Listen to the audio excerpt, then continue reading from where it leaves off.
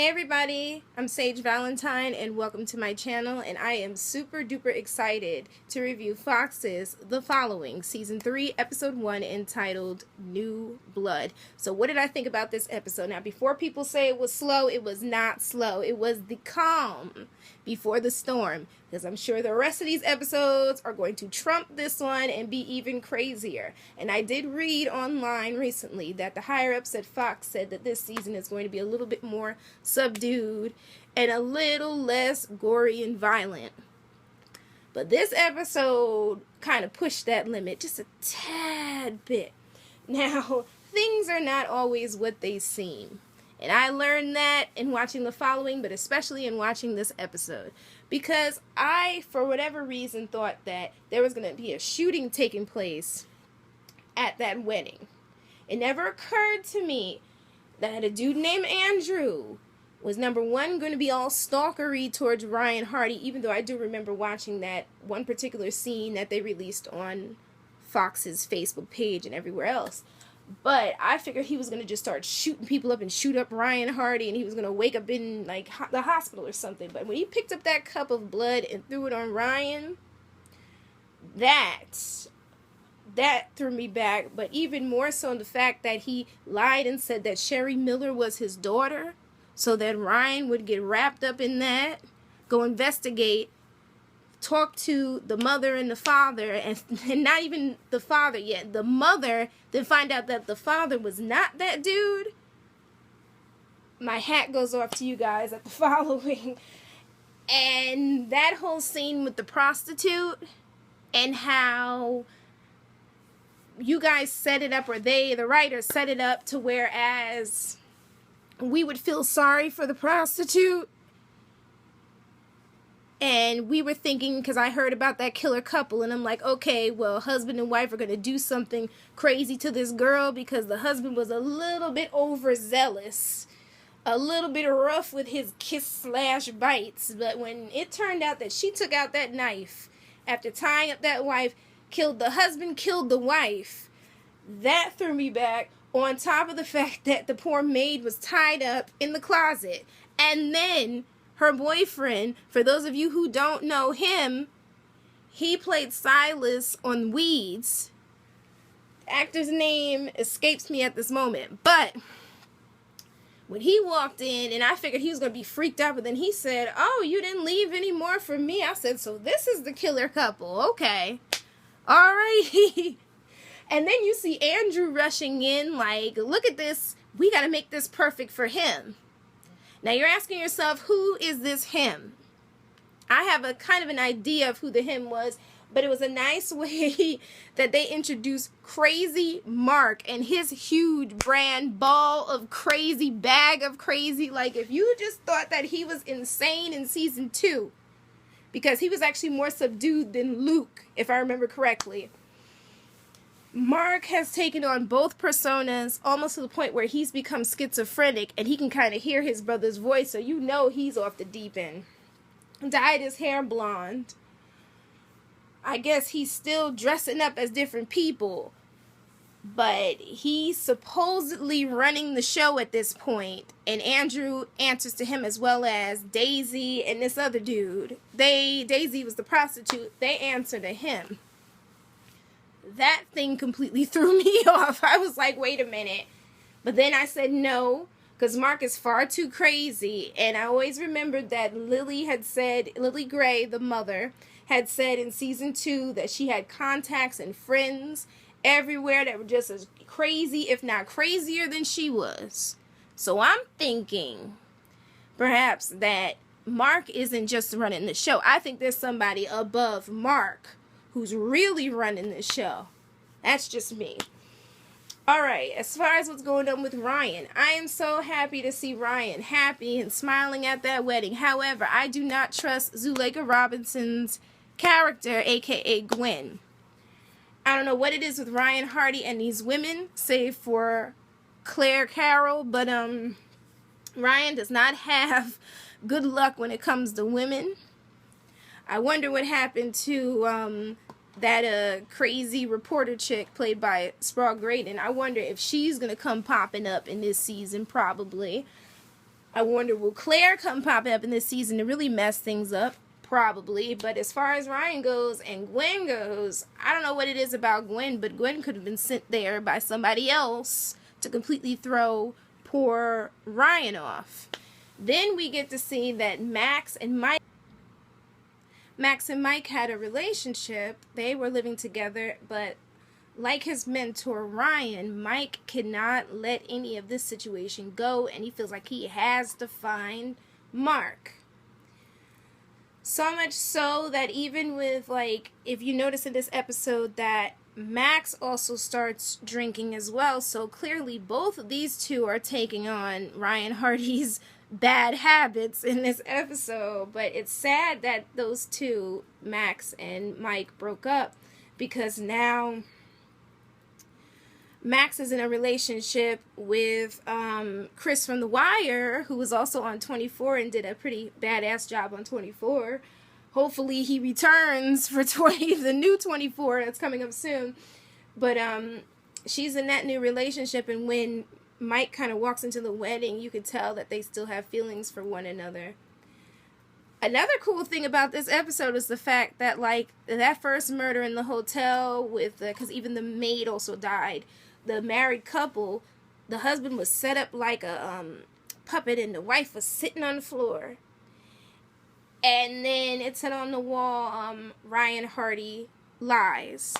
And then you see the second death at this brownstone where Andrew, the dude from Almost Human, who always, for some reason, seems to play like these angry parts every time. Good actor, though. He always plays like somebody who's rather angry. At his rundown brownstone, they go upstairs past the emoticon crazy looking sad face crocodile tear pictures. And you see this room, and you see, like, some of the people, because Andrew is trying to recruit the other two, the killer couple, to help him out to get some more people for this next thing he has to do, but they're too lovey-dovey, so he's like, I'll do this by myself, and he goes to, like, this kind of grief counseling group, picks out a couple people, kills them, and basically has it set up the way that it looked when in season 2, hopefully you watch season 2, when Max shot Luke and Mark was standing there as Luke was laying there dead. And on the wall it says Max Hardy dies. So clearly whoever this person is, this main person, as I said before, who's probably a chain off of Lily, clearly has a bone to pick with Ryan Hardy and Max Hardy and knows everything that happens because apparently they were watching. So then we get to the another cool scene, which was in fact, before I even get to the art gallery scene, which was even crazier, Mark even being introduced when he's sitting there after he's cooking, because what is it with the Gray family and cooking these weird like dinners. Then you see this mannequin sitting in a chair. And you're like, okay, I'm like, well, before I even knew it was a mannequin with a mirror, I'm like, is that Luke's dead body? I hope they put him in the ground, because I could see, like, Mark literally sitting up there eating with that dead body. But no, it's much worse. It's like a mannequin with no head and a hand mirror attached to it, where Mark can basically see himself, and we can, get acquainted with this, or his brand of crazy. Because clearly he's, like, talking to himself, thinking that he's talking to Luke, and it's just crazy. And then when he's getting dressed later before they go to the art gallery, and he's talking to himself, and he pulls out the mannequin, and he's talking. I said, you know what? There is no way in hell that Mark is running this show. There is definitely somebody above this. And when Mark puts on that beard, it looks all crazy. And the people working with him. See, again, as I said in season 2 when I did these reviews, you know that somebody is crazy. If other crazy people seem like they are afraid of you, you must be the craziest of the crazy, if you guys get where I'm going with that one. So they get to the art gallery, and they're trying to find a doppelganger for Lily Gray, Mark's mother. So Mark is, like, up in the balcony, and everybody is, like, walking around. I think it's the couples walking together. Then Andrew's walking together. So Mark finds this woman in a red dress with kind of curly blonde hair, much like his mother had. And Andrew walks up to her, spills this drink on her, and then like tells her, oh no, because she's like, oh, I could just clean this up in the bathroom. And he's like, no, that other bathroom has a line on it. You should go downstairs. Now, I would have just stood on line, but like, you know what, dude, I'm just going to stand on line. This chick goes downstairs, down these dark steps, in the back, in this dark bathroom, reminding me of when we first met Lily Gray in season 2. And Lily Gray was like walking down the stairs trying to run away from these crazies when we thought they were crazies, and not just her 2 sons and this other chick. But that was just like reminiscent for me. So Mark takes this girl. Meanwhile, the cops or the FBI gets Andrew. They take him. And Mark takes this woman, puts her in the trunk, drives her out to like this clearing in the woods or in the forest, and with the 2 other, the killer couple, he shoots the woman who's begging for her life, and then sits there and like cradles and hugs her body and keeps saying, Mommy, I'm sorry. Mommy, I'm so sorry. And I'm just looking at him like, yeah, Mark is just he's even crazier than before. More so that I don't see him as crazy dangerous, more like crazy about to fall apart. So that, again, for the 3rd time, cements my idea that there's another person involved in this. So then this further cements my idea that an outside party is involved in this.